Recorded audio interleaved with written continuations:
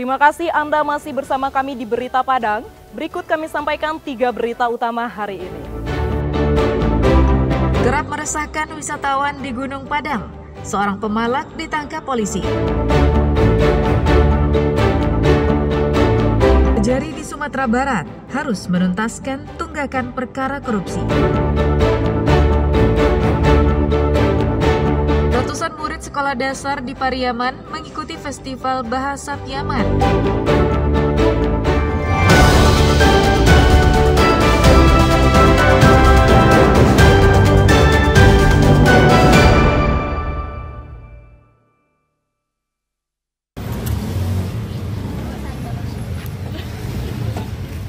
Seorang pemalak yang kerap beraksi di kawasan wisata Gunung Padang, Kecamatan Padang Selatan, Padang, ditangkap polisi pada Rabu malam.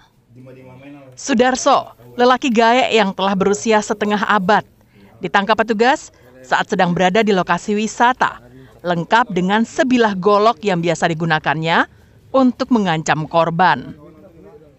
Dari hasil pemeriksaan, Sudarso diketahui merupakan salah satu anggota komplotan yang selama ini melakukan pemerasan terhadap pengunjung, terutama pasangan muda-mudi yang tengah berwisata di kawasan itu.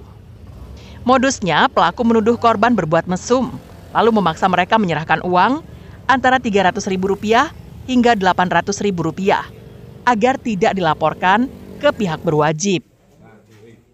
Aksi pemalakan yang dilakukan hampir setiap hari ini membuat para wisatawan resah dan enggan berkunjung ke kawasan wisata sejarah Gunung Padang. Jadi sebenarnya kejadian pemalakan dan pemerasan di Gunung Padang ini kami sebagai Dinas Pariwisata juga sudah resah karena hampir dalam 1 bulan itu pasti ada, dan minggu kemarin itu berturut-turut terjadi pemalakan oleh rombongan pelaku, dan itu kami sangat sangat kecewa. Padahal pelakunya adalah pemuda dan masyarakat, oknum masyarakat di situ. Kemarin telah masuk laporan ke Polresta Padang bahwa telah terjadi kasus pemerasan, pemalakan Gunung Padang, terutama untuk muda-mudi. Jadi dengan modus akan memviralkan dan akan menyebarkan foto-foto yang ada oleh si pelaku. Pelaku kini menjalani pemeriksaan intensif di Mapolresta Padang. Atas perbuatannya, Sudarso dijerat polisi dengan pasal pemerasan dengan ancaman hukuman maksimal 9 tahun penjara. Jika saja pemalak yang mengaku warga setempat ini tak dibasmi, maka upaya pemerintah untuk menggalakkan pariwisata di Padang akan berakhir dengan sia-sia. Karena pengunjung merasa tidak aman dan tidak nyaman saat berwisata. Alfi melaporkan dari Padang.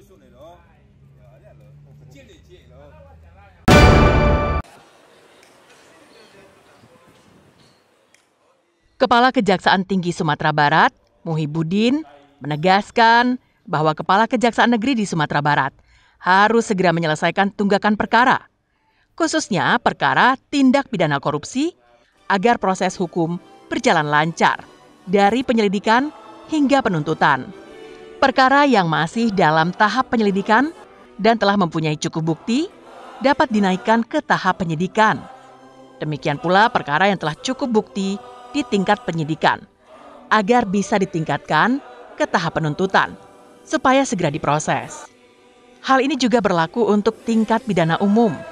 Hal itu diutarakan Kajati Sumbar, Muhibudin, usai melantik dan serah terima jabatan terhadap 8 kajari, 1 asisten, 1 kabak tata usaha, dan 1 koordinator di lingkungan Kejari di Sumatera Barat pada Kamis pagi.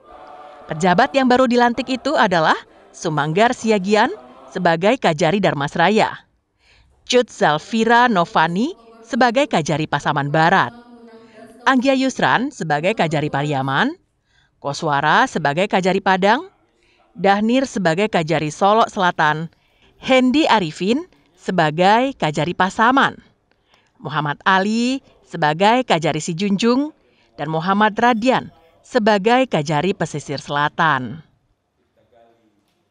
Apa yang masih dalam tunggakan perkara selesaikan. Kalau perkara tindak pidana korupsi segera diselesaikan. Yang masih penyelidikan yang sudah cukup bukti, naikkan penyidikan. Yang sudah cukup bukti, sudah penyidikan, sudah bisa ditingkatkan penuntutan, segera diproses. Pada kesempatan itu, Kajati Sumbar juga menekankan para Kajari yang baru dilantik untuk melaksanakan penegakan hukum yang tidak ada transaksional di dalamnya. Robiham melaporkan dari Padang. Kaliko, Ambonio mandongeng, kunyang Satyo pagi, kunyang jalan lambat bana. Domba menambah jalan. Lebih dari 200 murid sekolah dasar di Pariaman antusias mengikuti Festival Bahaso Piaman yang dilaksanakan di SD Negeri 23 Balai Naras, Pariaman Utara pada Kamis pagi. Festival ini dilaksanakan agar bahasa khas daerah tidak hilang oleh zaman. Karena dari kosakata dan dialek yang digunakan bisa menentukan asal seseorang. Dalam festival ini melombakan 4 kategori, yakni lomba bercerita, lomba berpidato, lomba berpantun, dan badendang. Semuanya dilakukan menggunakan bahasa Minang dengan dialek Piaman. Materi yang disampaikan juga harus yang menceritakan daerah Pariaman. Peserta yang tampil merupakan murid SD utusan dari sekolah masing-masing. Mereka tampil dengan penuh percaya diri, menggunakan busana daerah. Dengan gaya khas anak-anak, peserta menampilkan kebolehan mereka dengan menggunakan bahasa dan kosakata khas Piaman. Bocah-bocah ini sangat senang mengikuti lomba karena bisa menunjukkan kebolehannya dan menyadari menggunakan bahasa dengan ciri khas daerah bisa menentukan dari mana daerah mereka berasal. Karena penggunaan bahasa daerah dan melestarikan bahasa daerah bisa menentukan siapa kita dan dari mana asal kita. Nina, Senang kenapa? karena bisa tampil dan ikut lomba. Terus terutamanya kita bisa menggunakan bahasa kita dan ciri khas bahasa kita.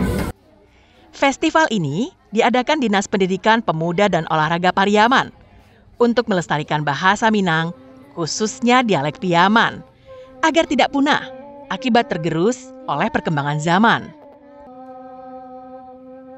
Prihatinan terhadap budaya di Pariaman ini, di mana anak-anak Pariaman kurang mencintai kebudayaannya dalam mengembangkan bahasa dan sastra Piaman.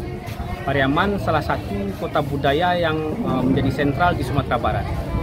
Para pemenang dalam festival ini akan mengikuti perlombaan di tingkat provinsi hingga tingkat nasional yang bertema Tunas Bahasa Ibu. Eki Rafki melaporkan dari Pariaman.